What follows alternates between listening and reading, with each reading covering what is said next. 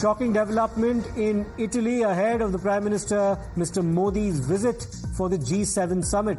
Khalistani backers have vandalized a statue of Mahatma Gandhi. An anti-Gandhi message has been sprayed on the statue. India has taken note of this shocking development of vandalism and have sought punishment for those vandals who were responsible for this incident. It's another incident of provocation on the part of Khalistani sympathizers overseas, this time in Italy, ahead of Prime Minister Modi's visit. Statue of Mahatma Gandhi. We have seen the reports of that, and we have taken out up with the Italian authorities. We understand that suitable rectification has already taken place. You mentioned that this is scheduled to be unveiled by the Prime Minister. I think, Ashish, you mentioned that in your question. Well, perhaps you have a better insight into the schedule and all that, but according to our sense, according to our information, the effort to vandalize the statue, which is of course deplorable, has been addressed, and the necessary rectification has taken place. Well, let me go across to Rishabh now for more on this. Rishabh, a shocking development. Tell us about the specific details of where exactly this took place. And the local authorities, after this incident of vandalism had been reported, said that the area has now been cleaned up. So take us through some of the details with respect to how this actually happened. So what we're learning that this statue of Mahatma Gandhi is year-old and is in pristine area of Italy, and it was defaced. It was vandalized by unknown miscreant, is what we are given to understand. India has raked up the issue with appropriate authorities in Italy. As of now, the External Affairs Ministry and Foreign Secretary suggest that the necessary rectification has been made, which means that all the spray paint that was put on the statue has been removed. This is what the External Affairs Ministry here in New Delhi is saying. But definitely this is something which is very, very serious, given that Prime Minister is scheduled to travel to Italy just tomorrow. This thing happening just 24 hours before the Prime Minister's visit is something that showcases that how anti-India elements are gaining footprint in various parts of Europe as well. We have seen similar incidents happening in UK, happening in Australia, for that matter in Canada every now and then. But now even in Italy this has happened, and this is something that India will definitely be raking up further to understand why this happened, how this happened, and who were behind this. Because this whole anti-India, statements that were written, anti-Mahatma Gandhi statement that were written, is something that India will definitely take it seriously. As of now, India suggests that things have been taken care of. The rectification has happened, sure. But definitely, the way it was vandalized raises many eyebrows. Absolutely. Stay with us, Rishabh, because we'll just take our viewers through the graffiti that was actually put on the statue of Mahatma Gandhi in Italy. There's a reference here directly, if you can see, to Hardeep Singh Nijjar, a Khalistani sympathizer who had died in Canada some time back. And then, of course, there's also something that's been inscribed in the Italian language here, where it says Arresto Terrosto Gandhi, and there's also reference to Modi, spelled as M-O-D-H-I. So that's the act of vandalism that you're seeing on your screens on the foot of the Gandhi statue in Italy. The Ministry of External Affairs has taken cognizance of what's happened. It's communicated its outrage and objection to what's been happening to the Italian authorities, and corrective action, we've been told, is going to be taken on the ground. Let me also go across to Ankit now, who take us through some more details with respect to the developments in Italy, specifically the vandalization of the Mahatma Gandhi statue. So, Siddharth, here is the full visual of the scene. Here is the statue of Mahatma Gandhi, and this is what you were just showing the audiences: Arresto Terresto, Gandhi and Modi. Like you said, Modi spelt with an H, at least that's what we believe it to be. Maybe they're not spelling it very well. And here is then the Hardeep Nijjar mention, and this is the sum total of the graffiti that you have there. Now, just a little bit more. This is a statue that is located in a port called Brindisi. And the reason that that is relevant is because in 1931, apparently on his way back from London to India, Mahatma Gandhi had stopped over in Brindisi. And that is something that they remember quite fondly. This port apparently is called, or it has a status or something akin to being a port of peace. And so for such an incident to happen in something that prides itself in being a port of peace is itself worthy of investigation and worthy of inspection. And then we are told that this graffiti has been removed, but clearly there is some anti-India elements and pro-Khalistani elements that are active in a place like Italy. That is also something that is worthy of being taken note of. Here is the statue. We are told that this has now been cleaned up, Siddharth. Yes, we've been told it's been cleaned up. Many thanks for taking us through those details. Ankit, let me once again go back to Rishabh. Rishabh, this is, of course, our outrage has been now communicated to the Italian authorities. Any corrective action that's been forthcoming from their end? Yes, the area has now been cleaned up, but are they going to initiate any action by way of arrests and holding people accountable for those who've been responsible for this?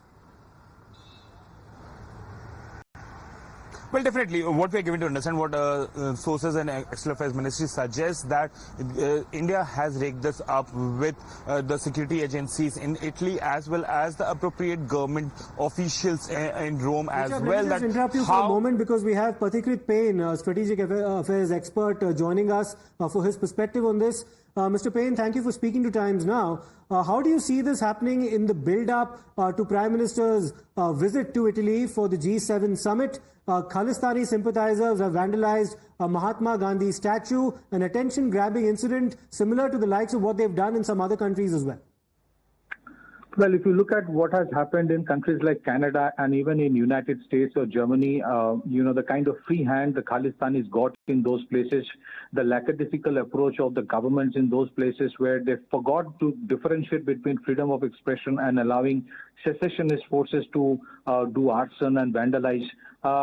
So that's the reason they have got emboldened and doing it elsewhere as well. When it comes to Italy, because the G7 summit is happening and because the fact that Prime Minister Modi has been invited into the G7 summit, the fact that many of them did not expect Prime Minister Modi to return to power, but, to their surprise, Prime Minister Modi has come back, and the fact that India's stature is only going up in the world.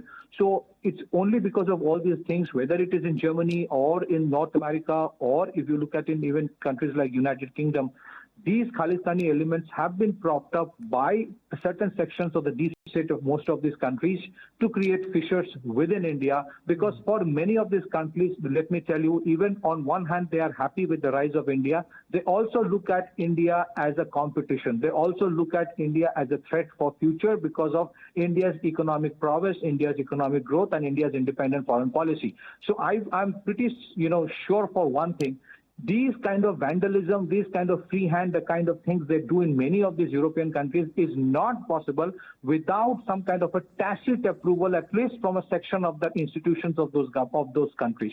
So I think it's important for those countries to understand that India is a secular country which believes in rule of law. People of the country have decided to, elect Prime Minister Modi as the Prime Minister again of India, and they need to respect India's sovereignty, integrity, and the people who matter in this country. So if they do not respect those things, and imagine if such things were happening in India in front of the Canadian embassy or the British embassy or the Italian embassy, how they would have reacted. Well, I still believe that the Italian government is, the Prime Minister of Italy is pretty pro-India. Yes. But overall, if you look at the situation in Europe on a larger scale, arson, vandalism, hooliganism, has all been allowed in the name of freedom of expression, and this is only ruining those countries. There are a lot of problems Western Europe is facing in the name of wokeism, in the name of these vandalism, in the name of these, loots and riots happening on the roads. Their problem is something like this is not happening in India.